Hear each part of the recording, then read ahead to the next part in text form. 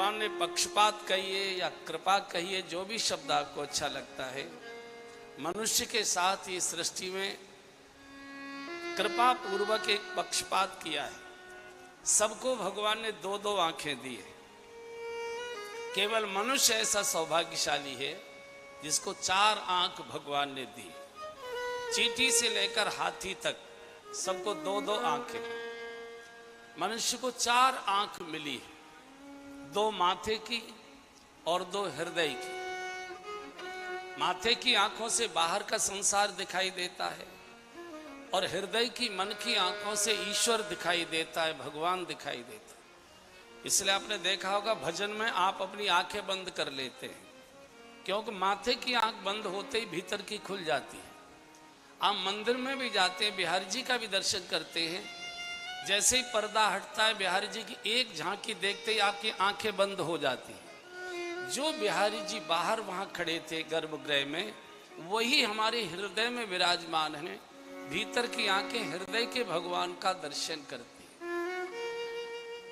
और हृदय की आंखें खुलती हैं सत्संग से। बिनु सत्संग विवेक न होई। ये विवेक के नेत्र ये सत्संग से खुलते हैं। साधु संग चैतन्य महाप्रभु ढोल बजाकर बोले हैं, साधु संग सर्वशास्त्र कहे, लवमात्र साधु संग सर्व सिद्धि हो। ब्रज की, यहाँ कोई ब्रज की माताएं बैठी होंगी, एक आधा मथुरा जिले की, अलीगढ़ जिले की, आगरा जिले की, ये ब्रज में आता है पूरा, भरतपुर जिले की। देखिए हमारे देश की गालियों में भी कितना आध्यात्मिक तत्व भरा है।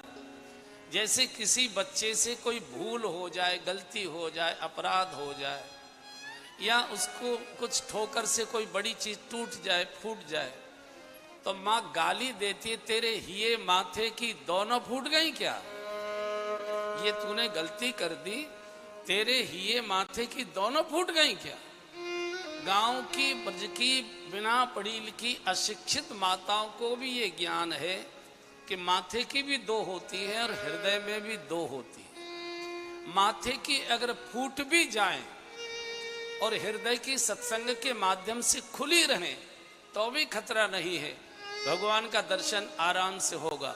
सूरदास जी की माथे की आंखें फूटी हुई थी, हृदय की आंखें खुली हुई थी।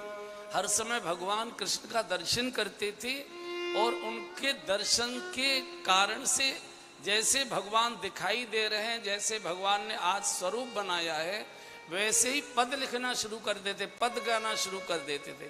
माथे से तो नहीं दिखाई देता था, लेकिन हृदय की खुली थी।